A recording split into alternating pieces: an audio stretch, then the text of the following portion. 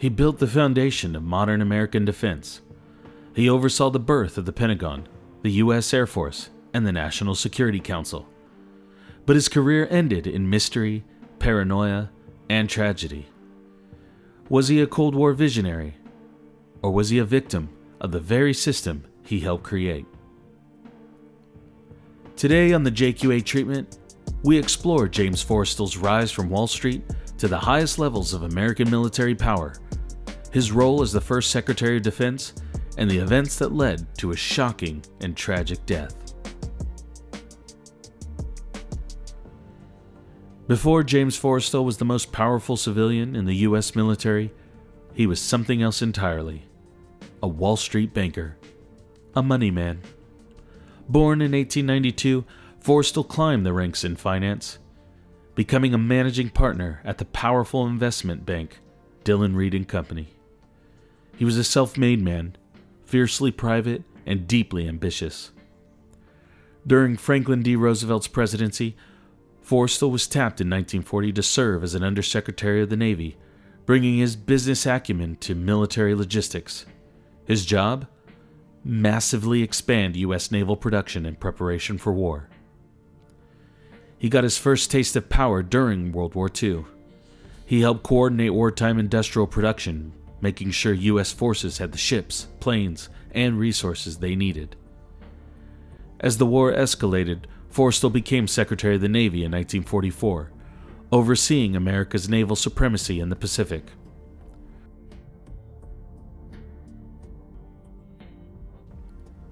Roosevelt's speech on industrial production went like this: "We must be the great arsenal of democracy."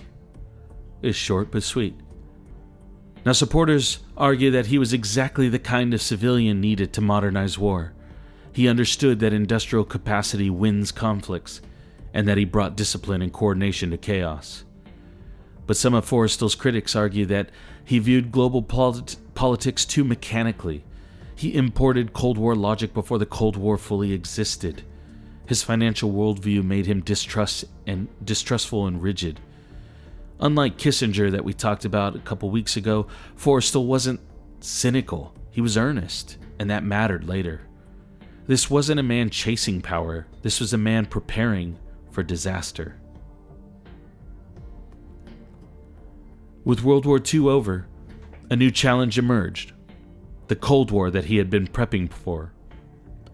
The Soviet Union was expanding its influence, and the U.S. needed a unified military structure to respond. Enter James Forrestal. Forrestal helped draft and implement this landmark legislation called the National Security Act of 1947. It merged the War and Navy departments into the Department of Defense. It created the U.S. Air Force as a separate branch, and it established the CIA and National Security Council, shaping U.S. intelligence operations for decades. Forrestal was a hardliner on Soviet aggression, pushing for a strong U.S. military presence in Europe and Asia to counter communism. He supported funding anti-communist forces, laying the groundwork for U.S. involvement in conflicts like Korea and Vietnam, because this was the containment strategy. He advocated for massive defense spending, believing that Cold War would be won through superior firepower. He warned of Soviet expansion. The communists did not take vacations. They do not rest. We must be prepared for a world struggle. And some supporters of Forrestal say that he saw Soviet expansion clearly and early. He understood World War II was not an ending, but a transition. And he prevented American demobilization from becoming vulnerability. But his critics say that he exaggerated Soviet strength. He hardened U.S. policy prematurely, and that he normalized fear as strategy. For all his success, Forrestal's story took a dark turn. His relentless work ethic, his obsession with secrecy, and his fears of Soviet espionage began to consume him. When he worked under the Truman administration, Truman wanted to cut military spending, believing Forrestal's approach was too aggressive and too alarmist. Forrestal clashed with members of the government over how far the U.S. should go in containing communism. He was then forced to resign in 1949. Shortly after leaving office, Forrestal's behavior became erratic. He suffered from extreme paranoia, believing that Soviet spies were following him. Reports claim he heard voices and wrote cryptic notes about infiltration and treason. Forrestal was later institutionalized for severe depression at the U.S. Naval Hospital in Bethesda, Maryland. He reportedly began reciting passages from Greek tragedies, particularly Sophocles' Ajax, a story about a warrior who falls into deep despair. Ajax's final words literally were, "The time has come, I must depart."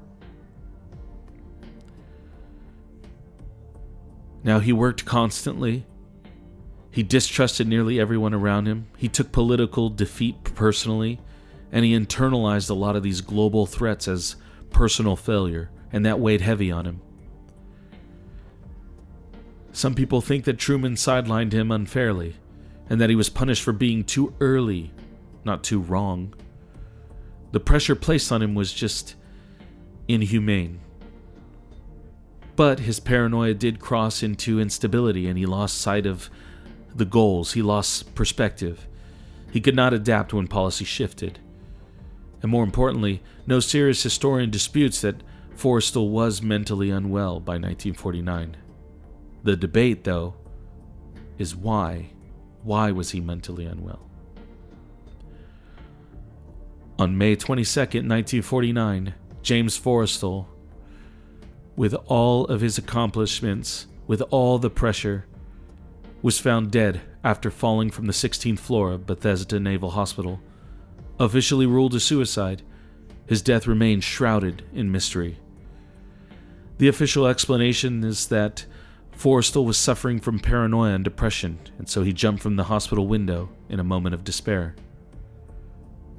But of course, the conspiracy theories arise, and some believe Forrestal was murdered because he knew too much about early CIA operations and Cold War strategy. Of course he did. He was the National Security Council person. Others suggest he was pushed to silence him permanently. His death became one of the first great conspiracy stories of the Cold War. There was a news report on Forrestal's death that said, "Former Secretary of Defense James Forrestal, a key figure in America's military strategy, has died under tragic circumstances." So, what did James Forrestal leave behind? Let's break it down.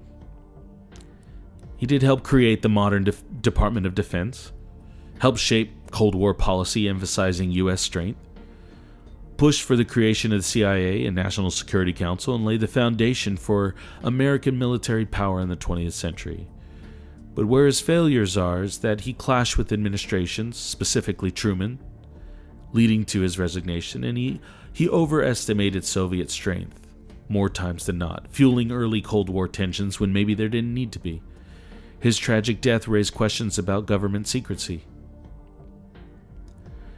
James Forrestal built America's Cold War military strategy, along with many other strategists, but the very world he helped create may have actually destroyed him. Power didn't corrupt him. Pressure consumed him. Was he a brilliant strategist driven to paranoia, or was he a victim of the dangerous game of Cold War politics? Next time on the JQA treatment, we turn to another cold warrior, George C. Marshall, one of America's greatest military and diplomatic minds. He led the U.S. through World War II, rebuilt Europe through the Marshall Plan, and helped shape NATO. But was his vision for global stability too idealistic, or did it cement America's role as the world's superpower? We'll explore his leadership, triumphs, and the challenges that tested his legacy. Don't miss out. Until next time, stay curious and keep questioning history.